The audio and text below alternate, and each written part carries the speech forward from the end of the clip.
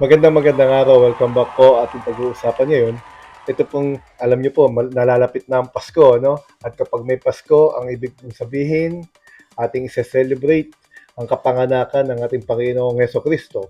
At syempre, kapag kapanganakan, ang ibig sabihin nun, may magulang, may babae, may ina na nagluwal, may magulang, may tatay at nanay na sa ordinaryong pamamaraan ay naging sangkap para magkaroon ng isang supling.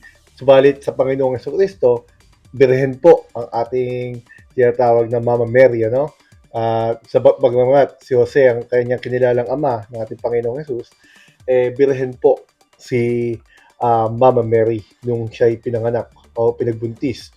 Bakit ko po ito binabanggit? Dahil maganda po sigurong pag-usapan sa panahon nito, ano ba dapat bilang mga tao, paano ba tayo dapat magpalaki ng ating mga anak, anong iba't ibang klaseng magulang, ano ang mga katangian ng mga magulang na ating nasasaksihan sa panahon natin. Ngayon nangyayari yung kay Diskaya na nakulong ang dalawang mag-asawang ito na sabi nila naaawa sila dahil paano na yung mga anak nila. Sabi naman ng ibang mga tao, paano naman yung mga ninakawan ninyo? Di umano, paano yung mga pamilya na nawalan ng tirahan, nagkaroon ng problema dahil sa baha, 'di ba? Maraming pagtitiis na dinanas at yung mga attitude na pinakita ni Sara Diskaya na para ba walang pagsisisi. Ano? Ngayon, bakit ko po ito binabanggit? Alam po ninyo po, hindi po masama na mangarap para sa mga anak natin. Siguro, ang magulang na sila Sara Diskaya at kanyang asawa ay nangarap na masyadong mataas at nakabila nun, gumawa sila ng mga bagay na hindi dapat para lang masigurado na maganda at mayaman ang maging estado ng kanilang mga anak. Pero alam niyo po, hindi po masama, para sa akin po, opinion ko lamang po ito, hindi po masama na mangarap tayo na mataas para sa ating mga anak. Dapat nga po, ako nga po, kapag ang paniniwala ko po kasi talaga, kapag nag-anak po ang isang tao, o bago mag-anak ang isang tao, dapat sigurado ang sagot niya sa kanyang sarili kung kaya ba niya o hindi. Kung tingin niya hindi niya kaya, sarili man niya hindi niya kaya, hindi ba dapat doble-doble ng pag-iisip bago pasukin ang isang responsibilidad? Ang pagiging magulang po ay isang habang buhay na pananagutan. Yung ibang mga magulang na hindi ko maintindihan, na tila ba pinapanganak ang mga anak nila at sinasanay ang anak nila sa pagtitiis. Na para bang kapag ang anak nila ay natutong palagi magtiis at na brainwash nila na dapat lagi ka nagtitiis, mababa lang pangarapin mo, wag para kung hindi ka man makabot sa ganung estado ay okay lang.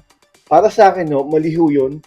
Kasi po, parang tinatanggalan ng, parang ang dating mo sa akin nun, ginagawa ng isang magulang na yon na mag-isip ang kanilang mga anak na dapat makontento na sa kaperanggot para malibre siya sa pressure na siguraduhin na magkaroon ng magandang buhay ang binuo nilang mga anak. Siguro palusot nila yon. Kasi nga naman, kung kontento ng anak nila sa kaperanggot, bakit pa sila magsisikap? Di ba? Bakit pa sila magpupursige?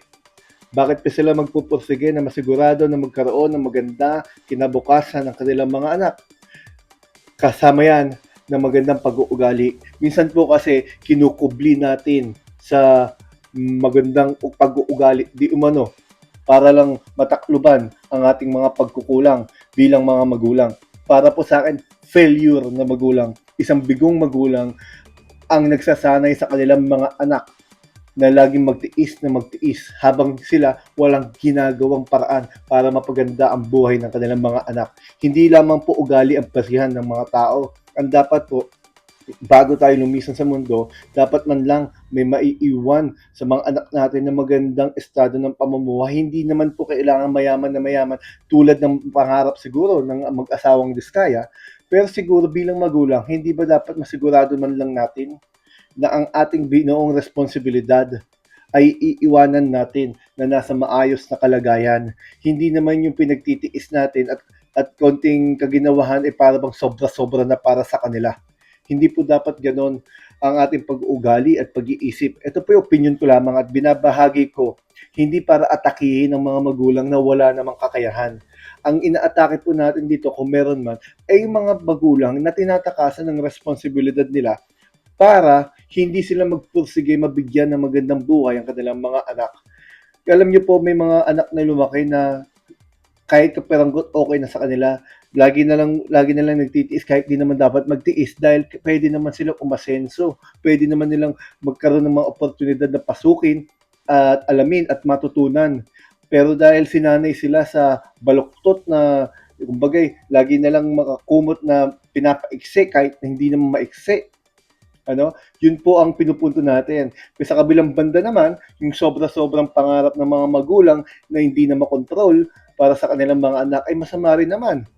Gaya na siguro sa nangyari nitong kay La Diskaya na pinasok na. Bagamat mga illegal at mga perang hindi naman dapat mapunta sa kanila ay kanila nang nilaro at pinasok kung totoo man ang kanilang mga bintang sa mga bintang sa kanila. Doon dito ngayon sa korte, pag-aaralan at aalamin kung hindi lang basta may basihan, kundi guilty ba kaya sila sa mga isinampang kaso sa kanila. Tandaan po natin, sinampahan po si Sara Diskaya ng graft and malversation. Ang malversation po niya ay walang piyansa kaya doon po siya sa Cebu mananatili sa piitan doon habang nililitis ang kanyang mga kaso. Ngayon, balik po tayo sa usapin ng mga magulang. Magandang tanong po yan. Ano bang magulang ang dapat natin sundin? Isang magulang na sobra-sobrang taas ang gusto mangyari sa mga pamilya nila na ngayon kapag napuna dahil sa mga kamalian na ginawa nila para bang may drama pang nakakaawa. Bagamat nakakaawa talagang sitwasyon nila, no? Dapat hindi rin natin alisin sa ating mga sarili na matuto tayong maawa sa mga taong may kinakaharap. Alam niyo po na isa sa bagay na natutunan ko, bagamat mga kaaway, mga galit sa akin o mga may kasamaan ng loob, hindi po okay lanman, hindi naman tayo dapat kailanman matuwa kapag may nangyaring masama sa kanila. Kaya hindi po tayo nagkukwento ng iba-ibang mga bagay na masama sa ibang tao, kahit nakagalit natin. Ang sinasabi lang po natin ay yung mga facts, yung mga katotohanan at yung mga pangyayaring nasaksihan natin o narinig o nakita natin. Yun lamang po. Meron din naman po mga magulang, gaya po ng sinasabi ko kanina, na ayaw magpursige, kontento na sila na gigising sila, ay ipagkwentuhan sa labas, tapos kapag may pagkain, okay. Tapos pag may katuwaan, konting inuman, tapos uuwi, matutulog. Routine po nila paulit-ulit. Pero habang may mga anak sila, na lagi nilang bine-brainwash, para sa akin brainwashing po yun eh. Lagi nilang kinukondisyon ng utak na magtiis tayo, ito lang kaya natin, ito lang ang pwedeng natin gawin.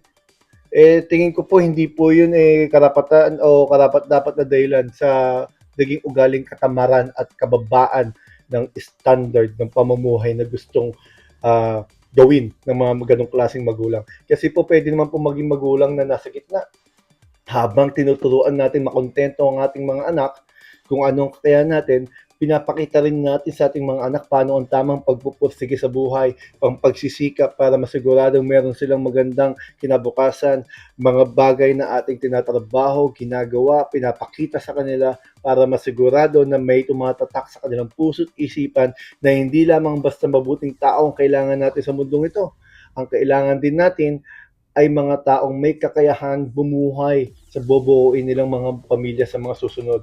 Isipin po natin kung ang mentality ng magulang na kinagisnan natin ay katamaran at hindi pagpupursige para lang makondisyon ka, malibre sila sa pressure ng isang magulang na dapat nagpupursige, kinukondisyon kayo o tayo na dapat makontento sa anong kaya natin gawin, makain o kaya natin gawin bilang isang pamilya habang sila gigising, pagkwentuhan sa labas, iinom sa gabi o kaya naman konting trabahong di naman talaga trabaho, may masabi lang, siguro na bored kaya ginawa yon. Pero ang punto lamang doon, kung hindi nagsisikap ang mga magulang pero pinipilit na magtiis sa mga anak, para sa akin hindi katanggap-tanggap na estado ng magulang yan. At hindi na naman natin sinusuportahan ang ginawa ng mga Diskaya na pagpapalaki hindi natin alam paano niya pinalaki ang mga anak, pero ang paraan ng pangangarap siguro nila para mapalaki ang kanilang mga anak ay magkaroon ng sobra-sobra sa pamamagitan ng pagpasok sa mga mga bagay na hindi naman dapat sa kanila.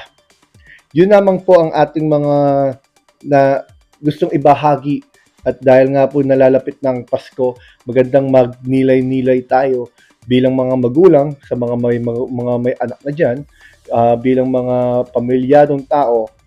Saan ba tayo patungo bilang isang mga magulang? Paano natin tuturuan ang ating mga anak? Ano, paano ba natin sinisikap na magkaroon sila ng magagandang buhay? Ano, dahil ang Pasko ay hindi lamang po isang selebrasyon, ito po isang pangyayaring pagpapanganak sa ating Panginoong Jesus. May inang nanganak sa kanya, si Mama Mary nga. At maraming maraming salamat po. Sana po may natutunan po tayo. Babalik po tayo sa mga issue ng politika. Ipa-upload ko po yung naging paliwanag natin patungkol sa nangyaring kay Duterte sa ICC at yung kinakarap ni Bato de la Rosa at ni Harry Roque. Maraming maraming salamat po. Sana po huwag niyo po kalimutan mag-like, mag-subscribe, mag-share, mag-comment. Maraming pong salamat.